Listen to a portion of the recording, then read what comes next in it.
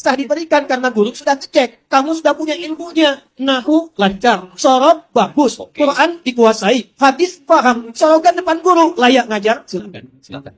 Sekarang pagi main silat, malam kasih fatwa. Oke. Sekarang pagi main silat, malam kasih fatwa. Hukum ini, hukum itu. Siapa yang berfatwa? Harry Pras? Enggak. Harry Pras tidak pernah berfatwa. Tetapi kalau Ustadz Adi Hidayat, dia sering berbicara tanpa ilmu. Cis, yang gitu-gitu tuh. Assalamualaikum warahmatullahi wabarakatuh. Alhamdulillah, wassalatu wassalamu ala rasulillah wa ala alihi wa sahbihi wa mawala amma ba'du. Kaum muslimin dimanapun berada, semoga Allah subhanahu wa ta'ala senantiasa membimbing kita ke jalan yang diridhoinya, menjadikan kita orang-orang yang beruntung di dunia ini, lebih-lebih di akhirat nanti. Amin Allahumma amin. Dalam salah satu video Ustadz Adi Hidayat mengkritik Harry Pras. Anggaplah mengkritik ke sana, menyinggung, menyenggol. Pagi main silat, sorenya berfatwa. Tetapi ditampik, ditepis oleh Harry Pras bahwa dia tidak berfatwa katanya. Tetapi dia berdasarkan katanya, alias taklid buta terhadap ustadz yang dijadikan patokan, yang dijadikan rujukan. Ya, itu berdasarkan pengakuan sendiri.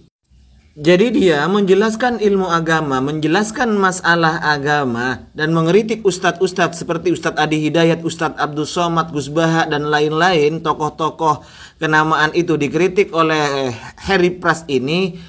Katanya dia bukan dirinya yang berfatwa, tapi berdasarkan perkataan dari ustadz. Berarti taklid buta Harry Pras ini. Kalau taklid terhadap Imam Syafi'i, Syafi'iyah, Imam Ahmad, dan lain-lain ini dikatakan jangan taklid buta terhadap ulama. Tapi yang dijadikan rujukan malah kata ustadznya. Lucu kan? Bahkan Pak Pras ini menyebut Ustadz Adi Hidayat sering berfatwa tanpa ilmu. Pras, Anda ngaca enggak sih? Anda sendiri yang sering berfatwa, sering menyampaikan ilmu, itu tidak berdasarkan pengetahuan Anda. Artinya Anda tidak tahu tentang masalah agama. Anda lupa diri ya? Oke Pras, kita buktikan bahwa Anda sering ngawur dalam membahas agama. Yuk kita mulai. Wah, memang hadis maudhu itu bisa dipakai atau hadis dhaif bisa dipakai untuk kebutuhan dunia, untuk kebutuhan kemaslahatan muamalah.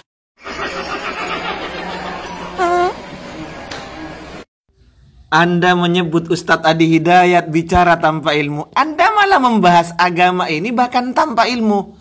Kalau memang ini adalah hasil didikan ustadzmu, berarti ustadzmu sama dengan kamu, bicara ngawur tanpa ilmu. Silakan buktikan di dalam kitab apa referensi Anda ini, bahwa hadis dhaif itu bisa diamalkan dalam masalah muamalah. Jangankan diamalkan, Pras, dalam masalah muamalah, Pras ya. Hadis maudhu ini dinukilkan, diriwayatkan saja ini, dinisbatkan terhadap Rasul, ini haram hukumnya, Pras ya. Jadi syariat Rasulullah bukan hanya ibadah, tak akidah, ibadah, ubudiyah, muamalah, munakahah, jinayat. Ya ini berdasarkan hadis yang sahih, hasan, atau hadis dhaif yang sudah dhaifnya itu tidak kebangetan dan bisa menjadi hasan li ghairihi. Gitu Pras. Lah Anda malah bicara hadis kayak ahli hadis. Tapi ini adalah Anda sendiri ngomong menuduh Ustadz Adi Hidayat bicara tanpa ilmu. Anda bicara dengan apa ini Pras? Silakan buktikan datanya kalau Anda memang berbicara dengan ilmu. Ketika Allah menyebutkan kalimat kami, itu artinya tafsirnya Allah itu satu. Tapi kenapa menyebut kalimat kami? Nah ini ditafsir, yaitu Allah bersama malaikatnya. Allah yang menurunkan melalui malaikat Jibril. Begitu, nahnu. Jadi Allah yang mengutus Jibril untuk menyampaikannya kepada Nabi Muhammad. Itu tafsirnya ya. Tapi kalau nanti nahnu ini dirubah makna, nahnu ini dirubah bukan menjadi kami lagi. Ini kan fatal artinya. Bukan begitu. Nahnu tetap kami, tapi kami ini siapa? Yaitu Allah dan malaikat. Nah ini namanya tafsir teman-teman. Ini penjelasan dari beberapa asatidz salafi.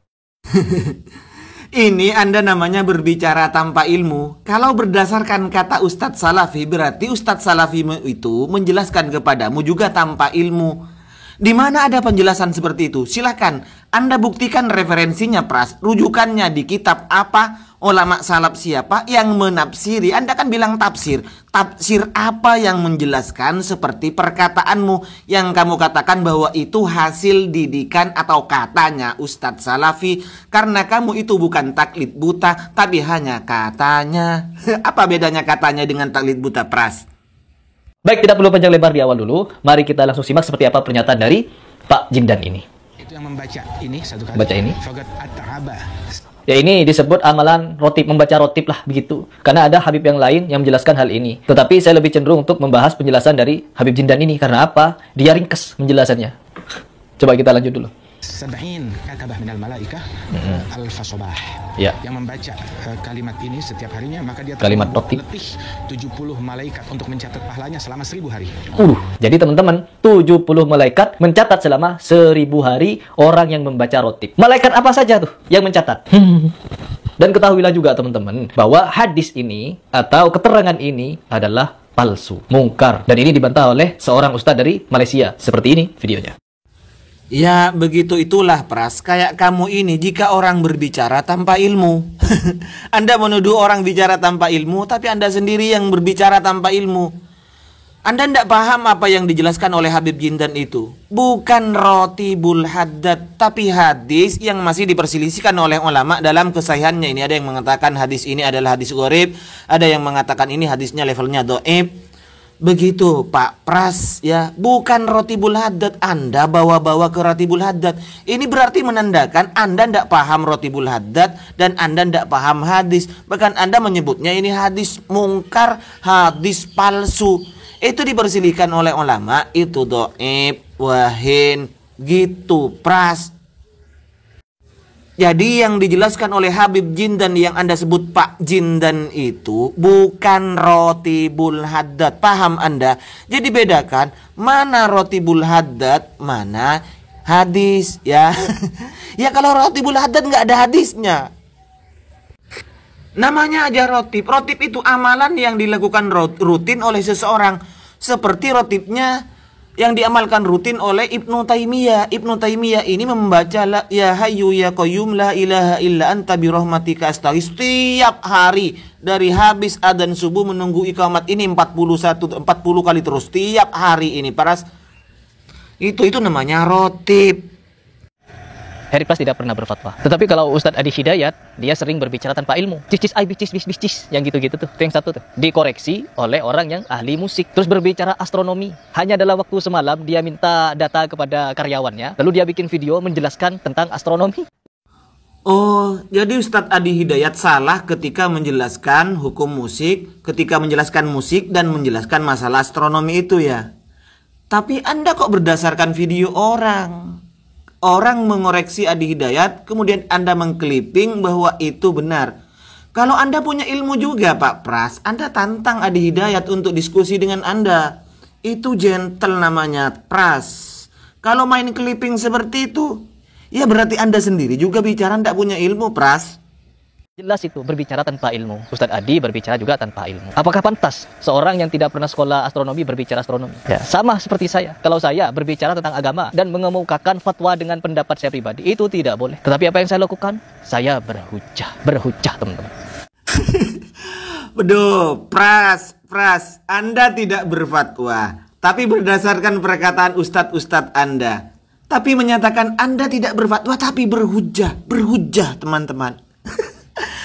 Berhujjah atau ihtijaj atau istidlal itu butuh ilmu, Pras, ya. Anda harus paham. Kalau memang imamnya yang dijadikan usulnya apa misalnya, Imam Syafi'i misalnya yang dijadikan, maka Anda harus belajar takhrijul usul alal furu' atau takhrijul furu' alal usul. Anda harus pahami ini, Pras, asbabun nusulnya, asbabul wurudnya, nasih mansuknya, dan ilmu balaghahnya, ma'ani, bayan, mantek.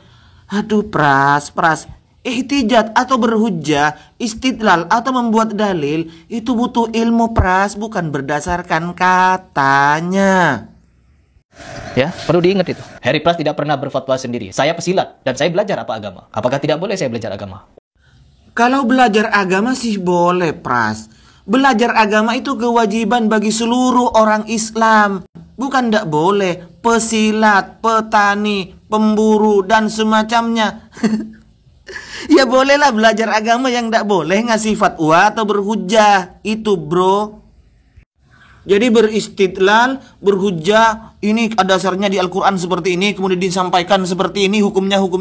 Itu yang tidak boleh kalau bukan ahlinya. Oh, orang yang kuliah engineering, jangan belajar agama, nanti sesat. Orang yang nguli, oh jangan belajar agama, belajar nguli saja kalian. Gak perlu belajar agama. Karena apa? Nanti sesat dan menyesatkan. Loh, ini kok kemana-mana kamu Pras? Orang yang nguli, belajar silat, pesilat, nelayan, semuanya itu diwajibkan belajar agama, ya. Siapa kok Anda seperti ini?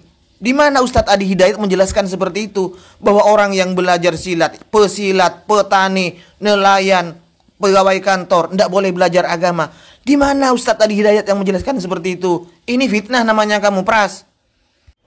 Allah. Dulu di zaman Nabi Muhammad SAW, semua sahabat belajar kepada Nabi Muhammad, belajar menerapkan ajaran-ajaran syariat di dalam hidupnya kepada Nabi Muhammad. Apakah ditanya dulu sama Nabi Muhammad, apa latar belakang kalian? Oh, kalian tukang jagal sapi. Sana belajar jagal saja, belajar motong yang benar. Gak perlu belajar agama. Gak perlu menyebarkan satu ayat dariku. Pernah gak Nabi Muhammad menyampaikan, oh kamu cuma pengembala domba, oh kamu cuma tukang gulat, kamu hanya sebagai seorang komandan perang, kamu prajurit perang. Gak perlu kalian menyampaikan satu ayat dariku. Gak perlu, jangan. Bahaya, hati-hati, sesat.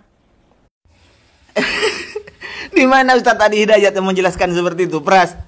Jadi orang petani, jagal sapi, pengembala domba tidak boleh belajar agama, sana sesat.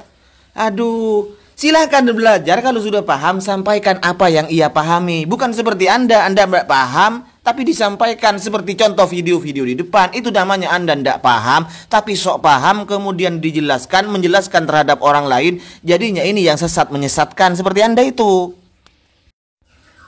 Itu namanya berfatwa tanpa ilmu Anda itu. Video-video Anda yang saya potong di depan itu, kalau Anda memang merasa itu adalah ada ilmunya, Anda merasa sudah mempunyai ilmu untuk menyampaikan itu, silahkan buktikan apa dasar Anda untuk video-video Anda itu, yang 3 video di depan itu.